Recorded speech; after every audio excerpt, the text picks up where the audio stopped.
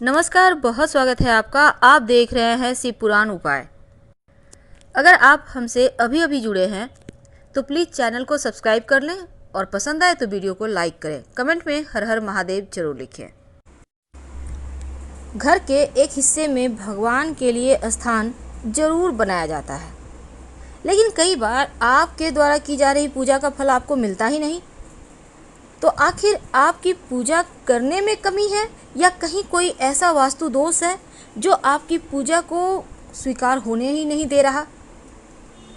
तो घर में बने जो मंदिर है, चाहे वो आप कहीं भी पूजा करें, मंदिर यानी जहाँ भगवान का स्थान है, जहाँ पर आप दिया जलाते हैं, तो वो स्थान कैसा है और कौन सी वस्तु ऐसी है जो मंदिर में भूल कर भी नहीं रखनी चाहिए, वरना आपकी पूजा स्वीकार ही नहीं होगी। देखिए, पूजा हमेशा वास्तु की बात करें तो घर के ईशान कोण यानी उत्तर पूरब दिशा की ओर करें तो यह सर्वोत्तम माना जाता है। अगर घर में बना जो आपका मंदिर है वास्तु के विपरीत हो, मंदिर नहीं भी है, आप कहीं भी पूजा करते हैं, तो अगर आप वो सही जगह नहीं है तो मन भी आपका पूजा में नहीं लगेगा और इसका लाभ भी नहीं मिलेगा।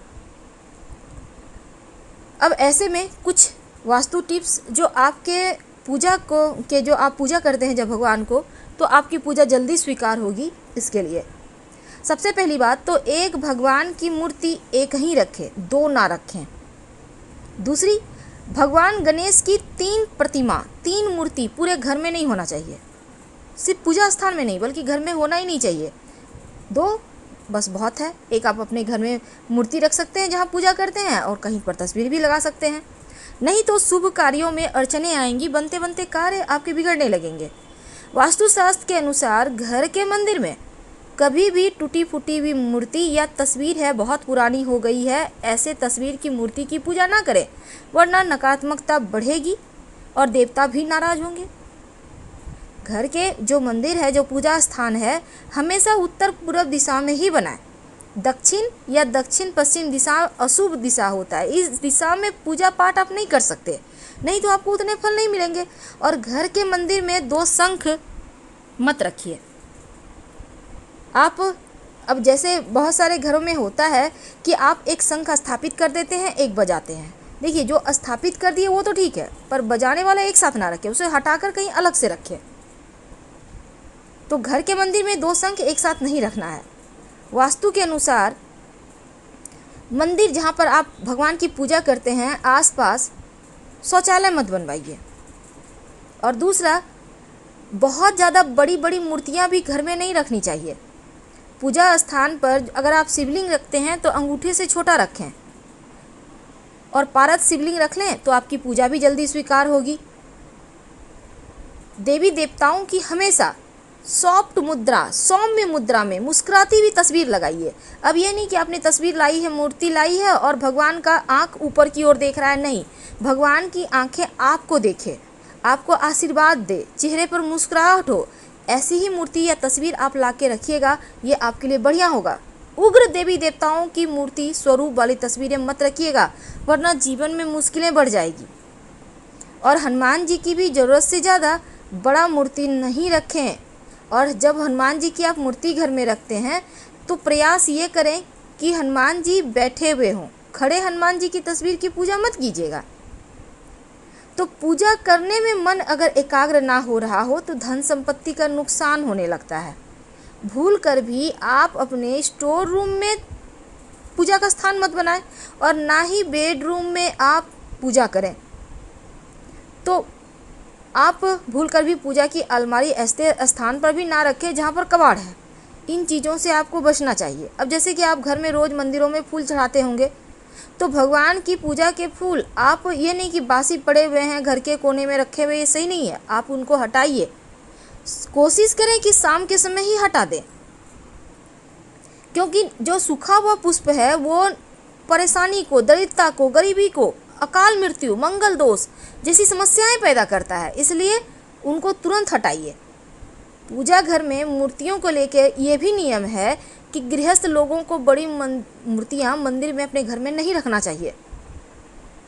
और पूजा घर में भूल कर भी अपने पितृ देवों की तस्वीर मत लगाइएगा। शास्त्रों में इसे भी अच्छा नहीं माना जाता, क्योंकि पूर्वजों की तस्वीरें मंदिर में लगाने से सही नहीं होता। आप अपने घर के दक्षिणी दीवार पर लगाइए ताकि पितर प्रसन्न हो, लेकिन मंदिर में मत रखिएगा। तो मंदिर में रसोई घर भी मत बनाइए, क्योंकि वास्तु के अनुसार भी ठीक नहीं है ये। और शंख को भगवान विष्णु का प्रतीक माना जाता है, इसीलिए हमेशा इसको बदलिए मत, बल्कि शंख को आप रोज़ बजाइए, सुबह 3 बार, शाम में 3 बार। अगर आप लड्डू गोपाल की पूजा करते हैं तो उनकी सेवा कीजिए, उनको रोज़ स्नान करवाइए, वस्त्र बदलिए, और कम से कम प्रतिदिन उनको 3 प्रहर में कम से कम भोग और प्रसाद जरूर उनको अर्पित कीजिए। अगर लड्डू को गोपाल को लेकर आप कहीं जा रहे हैं तो आप लेकर जाइए, उन्हें घर में बंद करके मत जाइएगा, क्योंकि उन्हें बिना भोजन कराए आप खा भी नहीं सकते। इसलिए जो व्यक्ति नियम करते हैं उनके घर में देके जाइए उन्हें।